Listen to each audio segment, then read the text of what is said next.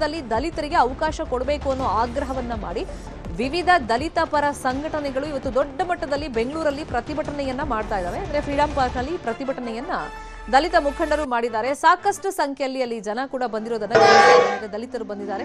ಪ್ರಮುಖವಾಗಿ ಎಚ್ಎಸ್ಸಿ ಮಹದೇವಪ್ಪ ಅವರಿಗೆ, ನಮ್ಮ ನಾಯಕ ಅವರಿಗೆ ಸಂಪುಟದಲ್ಲಿ ಸ್ಥಾನ ಕೊಡಬೇಕು. ಈ ಹಿಂದೆನೂ ಸಚಿವರಾಗಿ ಕೆಲಸವನ್ನ ಮಾಡಿದ್ದಾರೆ. ಆದರೆ ಅವರು ಹಿರಿಯರಾಗಿದ್ರು ಕೂಡ ಮೊದಲ ಪಟ್ಟಿಯಲ್ಲಿ ಅವರಿಗೆ ಸ್ಥಾನ ಕೊಟ್ಟಿಲ್ಲ. ಹಾಗಾಗಿ ದಲಿತರಿಗೆ ಕಾಂಗ್ರೆಸ್ ಅಲ್ಲಿ ಅನ್ಯಾಯ ಆಗಿದೆ, ಕಡೆಗಣನೆಯನ್ನ ಮಾಡಲಾಗ್ತಿದೆ ಅಂತ ಹೇಳಿ ಆಕ್ರೋಶವನ್ನ ವ್ಯಕ್ತಪಡಿಸಿ ವಿವಿಧ ದಲಿತ ಪರ ಸಂಘಟನೆಯವರು ಬೆಂಗಳೂರಿನ ಫ್ರೀಡಂ ಪಾರ್ಕ್ ನಲ್ಲಿ ಪ್ರತಿಭಟನೆಯನ್ನ ಮಾಡ್ತಾ ಇದ್ದಾರೆ.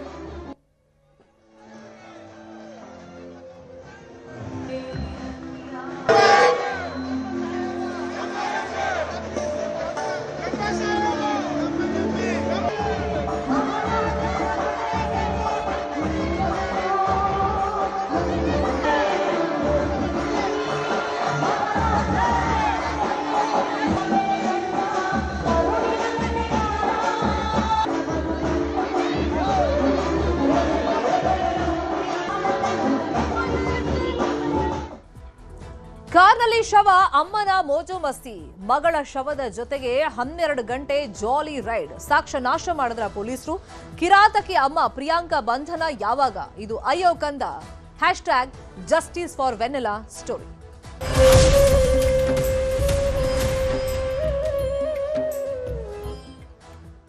ಬಾಲಕಿ ವೆನೆಲಾ ಕೊಲೆ ಪ್ರಕರಣದ ತನಿಖೆ ಈಗ ಚುರುಕನ್ನ ಪಡ್ಕೊಂಡಿದೆ. ಕಾಡುಗೋಡಿ ಪೊಲೀಸರ ಕರ್ತವ್ಯ ಲೋಪ ಎದ್ದು ಕಾಣ್ತಾ ಇದೆ. ಮಹದೇವಪುರ ಉಪವಿಭಾಗ ಎಸಿಪಿಯಿಂದ ವರದಿಯನ್ನ ರೆಡಿ ಮಾಡಲಾಗಿದೆ, ಅದನ್ನ ಸಲ್ಲಿಕೆ ಕೂಡ ಮಾಡಲಾಗಿದೆ. ಡಿಸಿಪಿ ಸೈದುಲ್ಲಾ ಅಡಾವತ್ಗೆ ಈ ವರದಿಯನ್ನ ಸಲ್ಲಿಕೆ ಮಾಡಲಾಗಿದೆ. ತನಿಖಾಧಿಕಾರಿ ನಿಂಗರಾಜ್, ಇನ್ಸ್ಪೆಕ್ಟರ್ ರಂಗಸ್ವಾಮಿ ಇಬ್ಬರಿಂದ ಈ ಪ್ರಕರಣದಲ್ಲಿ ಆರಂಭದ ಹಂತದಲ್ಲಿ ಕರ್ತವ್ಯ ಲೋಪ ಆಗಿದೆ ಅಂತ ಹೇಳಿ ವರದಿಯಲ್ಲಿ ಉಲ್ಲೇಖವನ್ನ ಮಾಡಲಾಗಿದೆ. ಇಲ್ಲಿ ಅಸಹಜ ಸಾವು ಅಂತ ಹೇಳಿ ದೂರನ್ನ ದಾಖಲಿಸಿ ಸೈಲೆಂಟ್ ಆಗ್ಬಿಟ್ಟಿದ್ದಾರೆ.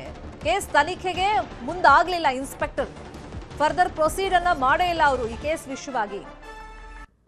ಇಲ್ಲಿ ರಂಗಸ್ವಾಮಿ ಇನ್ಸ್ಪೆಕ್ಟರ್ ಕರ್ತವ್ಯ ಲೋಪ ಮಾಡಿದ್ದಾರೆ. ಕಾಡುಗೋಡಿ ಪೊಲೀಸರ ಕರ್ತವ್ಯ ಲೋಪ ಬೆಳಕಿಗೆ ಬಂದಿದೆ. ವರದಿಯಲ್ಲಿ ಆ ಬಗ್ಗೆ ಸುದೀರ್ಘವಾಗಿ ಉಲ್ಲೇಖವನ್ನ ಮಾಡಲಾಗಿದೆ.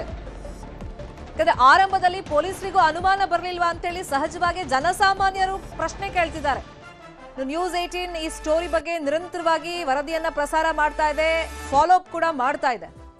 ಯಾಕಂದ್ರೆ ಹೆತ್ತ ಅಮ್ಮನೇ ತನ್ನ ಕಂದ ಶವವಾಗಿ ಸಿಕ್ಕಂತ ಸಂದರ್ಭದಲ್ಲಿ ಸಾಕ್ಷ್ಯ ನಾಶಕ್ಕೆ ಮುಂದಾಗ್ತಾಳೆ. 12 ಗಂಟೆ ಆ ಶವದ ಜೊತೆಗೆ ಕಾರಲ್ಲಿ ಸುತ್ತಿದ್ದು ಅಲ್ಲದೆ ತನ್ನ ಬರ್ಡೇಯನ್ನು ಕೂಡ ಸೆಲೆಬ್ರೇಟ್ ಮಾಡ್ಕೊಂಡಿದ್ದಾಳೆ. ಆಕೆಗೆ ಹೆಂಗ್ ಮನ್ಸು ಬಂತು ಅಂತ ಹೇಳಿ ಜನ ಉಗಿತಾ ಇದ್ದಾರೆ.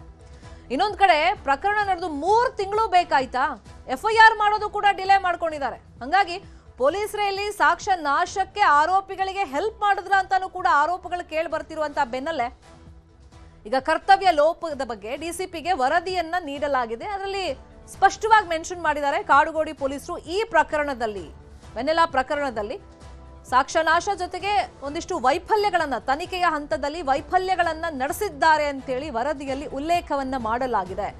ಪ್ರಮುಖವಾಗಿ ಇಬ್ಬರಿಂದ ಕರ್ತವ್ಯ ಲೋಪ ಇಲ್ಲಿ ಕಂಡು ಬಂದಿದೆ ಅಂತ ಹೇಳಿ ವರದಿಯನ್ನ ಸಲ್ಲಿಕೆ ಮಾಡಲಾಗಿದೆ. ಡಿಸಿಪಿಗೆ ಈ ವರದಿ ಸಲ್ಲಿಕೆ ಆಗಿದೆ. ಇದೇ ವಿಷಯವಾಗಿ ಇನ್ನಷ್ಟು ಡೀಟೇಲ್ ಆಗಿ ಇನ್ಫಾರ್ಮೇಶನ್ ಕೊಡ್ತಾ ಹೋಗೋದಕ್ಕೆ ಫೋನ್ ಸಂಪರ್ಕದಲ್ಲಿ ಕನೆಕ್ಟ್ ಆಗಿದ್ದಾರೆ ನಮ್ಮ ರಿಪೋರ್ಟರ್ ಮಾದೇಶ್. ಇಲ್ಲಿ ಆರೋಪಿಗಳನ್ನ ರಕ್ಷಣೆ ಮಾಡುವಂತ ನಿಟ್ಟಿನಲ್ಲಿ ಪೊಲೀಸರು ಸಹಕರಿಸಿದ್ರ ಅಂತೇಳಿ ನ್ಯೂಸ್ 18 ಧ್ವನಿಯನ್ನ ಎತ್ತಿತ್ತು. ಸದ್ಯಕ್ಕೀಗ ವರದಿಯಲ್ಲಿ ಆ ಬಗ್ಗೆ ಏನ್ ಮೆನ್ಷನ್ ಮಾಡಿದ್ದಾರೆ ಪೊಲೀಸರು ಕರ್ತವ್ಯ ಲೋಪದ ಬಗ್ಗೆ? ಶರ್ಮಿತಾ, ಈಗಾಗಲೇ ಒಂದು ಪ್ರಕರಣದಲ್ಲಿ ತನಿಖೆ ಶುರುವಾದಾಗಿಂದಲೂ ಕೂಡ ಪೊಲೀಸರು ಇಲ್ಲಿ ನಿರ್ಲಕ್ಷ್ಯನ ವಹಿಸಿದ್ದಾರೆ. ಮತ್ತೆ ಆರೋಪಿಗಳ ಪರವಾಗಿ ಒಂದಷ್ಟು ಕೆಲಸಗಳನ್ನ ಮಾಡಿದ್ದಾರೆ ಅಂತ ಹೇಳಿ ಈಗಾಗಲೇ ಸಾಕಷ್ಟು ವಿಚಾರಗಳು ಹೊರಗಡೆ ಬಂದಿತ್ತು. ಇದ್ರ ಬಗ್ಗೆ ನ್ಯೂಸ್ 18 ಕೂಡ ಸತತವಾಗಿ ವರದಿ ಮಾಡುವಂತ ಕೆಲಸವನ್ನ ಮಾಡ್ತಿದೆ.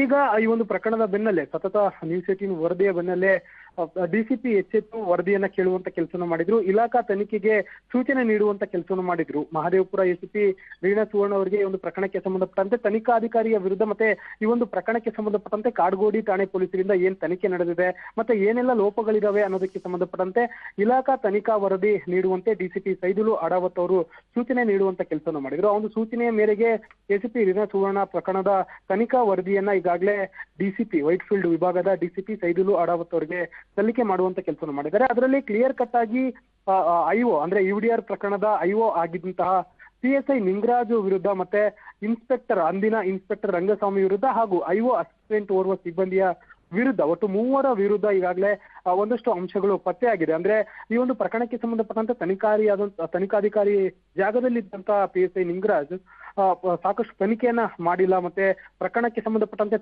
ಸಾಕ್ಷಿಗಳನ್ನ ಕಲೆ ಹಾಕಿಲ್ಲ, ಸ್ಥಳ ಮಜೂರು ಪ್ರಕ್ರಿಯೆಯನ್ನ ಸರಿಯಾಗಿ ನಡೆಸಿಲ್ಲ, ಜೊತೆಗೆ ಆರೋಪಿಗಳನ್ನ ಸೂಕ್ತ ಸಮಯದಲ್ಲಿ ವಿಚಾರಣೆ ಮಾಡುವಂತ ಕೆಲಸವನ್ನ ಮಾಡಿಲ್ಲ, ಯಾವುದೇ ರೀತಿಯಾದಂತಹ CCTV ಫುಟೇಜ್ ಗಳನ್ನ ಕಲೆಕ್ಟ್ ಮಾಡುವಂತಹ ಕೆಲಸವನ್ನ ಮಾಡಿಲ್ಲ, ಮೇಜರ್ ಮಿಸ್ಟೇಕ್ ಗಳನ್ನ ಮಾಡಿದ್ದಾರೆ ಅಂತ ಹೇಳಿ ಇಲಾಖಾ ತನಿಖೆ ವೇಳೆ ಗೊತ್ತಾಗಿದೆ. ಅವೆಲ್ಲವನ್ನು ಕೂಡ DCPಗೆ ಸಲ್ಲಿಸಿರುವಂತಹ ಇಲಾಖಾ ವರದಿಯಲ್ಲಿ ಉಲ್ಲೇಖ ಮಾಡುವಂತ ಕೆಲಸವನ್ನ ಮಾಡಲಾಗಿದೆ. ಆ ಒಂದು ವರದಿಯನ್ನ DCP ಅವರು ಪರಿಶೀಲನೆ ಮಾಡಿ ಹಿರಿಯ ಅಧಿಕಾರಿಗಳಿಗೆ ಅದನ್ನ ಸಲ್ಲಿಕೆ ಮಾಡುವಂತ ಕೆಲಸವನ್ನು ಮಾಡ್ತಾರೆ. ಅದಾದ್ಮೇಲೆ ಕಮಿಷನರ್ಗೆ ಆ ಒಂದು ವರದಿ ಸಲ್ಲುತ್ತೆ.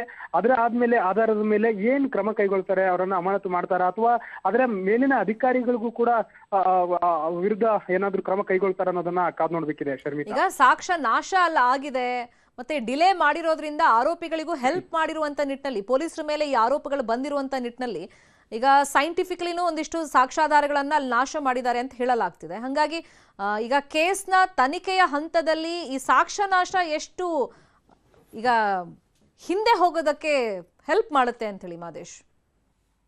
ಶರ್ಮಿತಾ, ಯಾವುದೇ ಒಂದು ಪ್ರಕರಣ ಆದ್ರೂ ಕೂಡ ಆ ಒಂದು ಪ್ರಕರಣ ನ್ಯಾಯಾಲಯದವರೆಗೂ ಹೋಗಿ ಮತ್ತೆ ಟ್ರಯಲ್ ಶುರುವಾದಂತ ಸಂದರ್ಭದಲ್ಲಿ ಪ್ರತಿ ಸಾಕ್ಷ್ಯ ಕೂಡ ತುಂಬಾ ಇಂಪಾರ್ಟೆಂಟ್ ಆಗಿರುತ್ತೆ. ಅದರಲ್ಲೂ ಕೂಡ ಮರ್ಡರ್ ಕೇಸ್ ಅನ್ನುವಂತ ಒಂದು ಗಂಭೀರ ಪ್ರಕರಣಗಳಲ್ಲಿ ಸಾಕಷ್ಟು ಪಾತ್ರವನ್ನ ವಹಿಸುವಂತ ಕೆಲಸವನ್ನ ಮಾಡಲಾಗುತ್ತೆ. ಅದರಲ್ಲೂ ಕೂಡ ಈ ಒಂದು ಪ್ರಕರಣವನ್ನ ಗಮನಿಸೋದಾದ್ರೆ ಮೇಜರ್ ಎವಿಡೆನ್ಸ್ಗಳು, ಟೆಕ್ನಿಕಲ್ ಎವಿಡೆನ್ಸ್ ಗಳಾಗಿರ್ಬೋದು, ಡಿಜಿಟಲ್ ಎವಿಡೆನ್ಸ್ ಗಳಾಗಿರ್ಬೋದು, ಮತ್ತೆ ಆ ಒಂದು ಕೊಲೆ ಮಾಡಿದಂತ ಸಂದರ್ಭದಲ್ಲಿ ಆರೋಪಿಗಳ ಕಾರ್ ಆಗಿರ್ಬೋದು, ಮತ್ತೆ ಮನೆಯಲ್ಲಿ ಇರುವಂತಹ ಮುಖ್ಯವಾದಂತಹ ಎವಿಡೆನ್ಸ್ಗಳು ಏನ್ ಇರುತ್ತೆ ಆ ಒಂದು ಎವಿಡೆನ್ಸ್ ಗಳು ತುಂಬಾ ಇಂಪಾರ್ಟೆಂಟ್ ಆಗಿರುತ್ತೆ. ಎಲ್ಲವೂ ಕೂಡ ಈ ಒಂದು ಪ್ರಕರಣದಲ್ಲಿದ್ದಂತ ಮೇಜರ್ ಎವಿಡೆನ್ಸ್ ಗಳು ಎಲ್ಲವೂ ಕೂಡ ಲ್ಯಾಪ್ಸ್ ಆಗೋದಕ್ಕೆ ಪೊಲೀಸರು ನೇರ ಕಾರಣ ಆಗಿದ್ದಾರೆ. ಅದರಲ್ಲೂ ಕೂಡ ತನಿಖಾಧಿಕಾರಿ ಸ್ಟಾರ್ಟಿಂಗ್ ಇಂದ ಸುಮಾರು 15 ರಿಂದ 20 ದಿನಗಳ ಕಾಲ ಏನಿರುತ್ತೆ ಆ ಒಂದು ದಿನದಲ್ಲಿ ಪ್ರಕರಣದ ತನಿಖೆಯನ್ನೇ ಶುರು ಮಾಡಿಲ್ಲ ಅಸಲಿಗೆ ಅಂತ ಹೇಳಿ ತನಿಖೆ ವೇಳೆ ಗೊತ್ತಾಗಿದೆ. ಯಾಕಂದ್ರೆ ಪ್ರಕರಣ ದಾಖಲಾದಲೇ ಆರೋಪಿಗಳನ್ನ ಮೊದಲ ಇಲ್ಲಿ ಪ್ರೈಮ್ ಸಸ್ಪೆಕ್ಟ್ಸ್ ಗಳು ಇಬ್ರು ಆರೋಪಿಗಳಾಗಿರ್ತಾರೆ, ಪ್ರಿಯಾಂಕಾ ಮತ್ತೆ ಮೋಹನ್, ಇಬ್ಬರನ್ನು ಕೂಡ ವಿಚಾರಣೆ ಮಾಡಿ ಮತ್ತೆ ಅವ್ರು ಯಾವ ಕಾರಲ್ಲಿ ಆ ಒಂದು ಮಗುವನ್ನ